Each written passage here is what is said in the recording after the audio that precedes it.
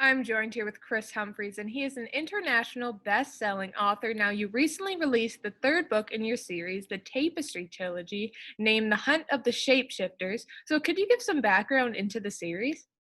Sure. So this has been a very interesting and longer running project for me because I wrote The Hunt of the Unicorn originally a few years back for Knopf, who are the part of Random House, the publishers in New York. And they'd asked me to, I'd written a young adult fantasy trilogy for them. And I hadn't really thought of myself as a fantasy writer before that, but an idea came up and it seemed to work.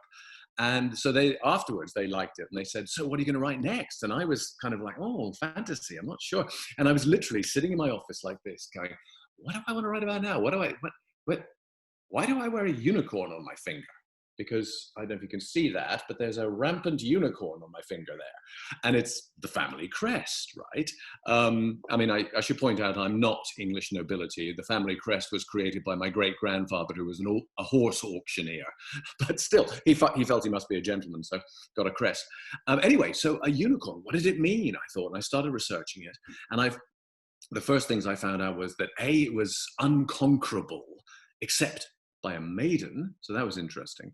And secondly, I found out that it could heal all poisons and cure sicknesses and presumably viruses. So where is a unicorn now? And then finally, I found the amazing unicorn tapestries in New York, which are in the Cloisters, which is part of the Metropolitan Museum, but a separate museum, medieval art.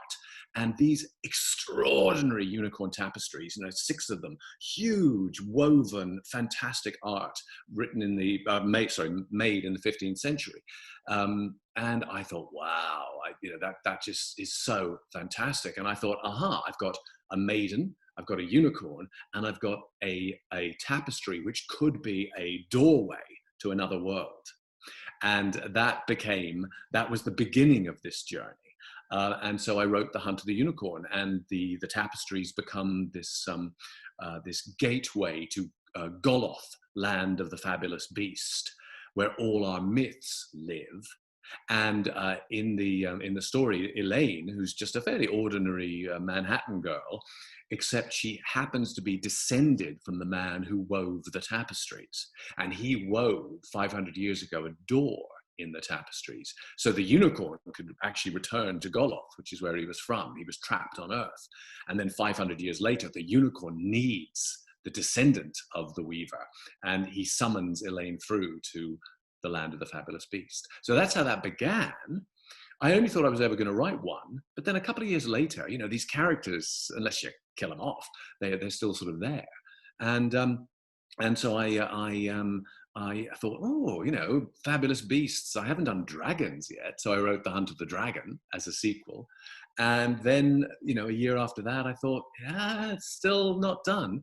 And I had this idea because I found out that dragons, the Eastern dragons, could be shapeshifters and even turn into human beings for a couple of hours. I thought, shape-shifting serial killer dragons, that could be cool. So that's what I wrote. Yeah, that's awesome. And you've released a few books this year, but you've written them in the past. But has COVID-19 had an effect on your writing process at all? Not really. I mean, writers often are, and I certainly am in lockdown most of the time anyway. Self-imposed lockdown. Writers, it's a solitary profession, really. I mean, people join groups and all that, and it's great. But I'm kind of not one of those joiners. I like to squirrel myself away in my hut and write. So it hasn't changed it hugely. The only thing that has changed is that I've started doing quite a lot of audiobook narration for other people. I'd always done some for myself because I don't know if you know this, but I'm also an actor. So and I've been an actor for years, so it was a natural progression for me. So that's been my what's the word they always use, pivot. That's been my pivot this year during COVID to start spending quite a lot of time recording audiobooks. What are some of the future plans that you're looking forward to in 2021? Well, more writing. I'm a bit of a.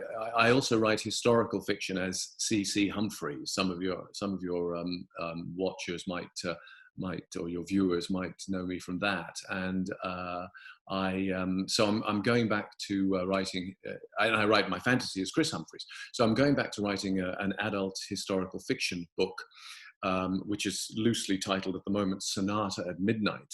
And I've been planning it for years and written bits about it for years.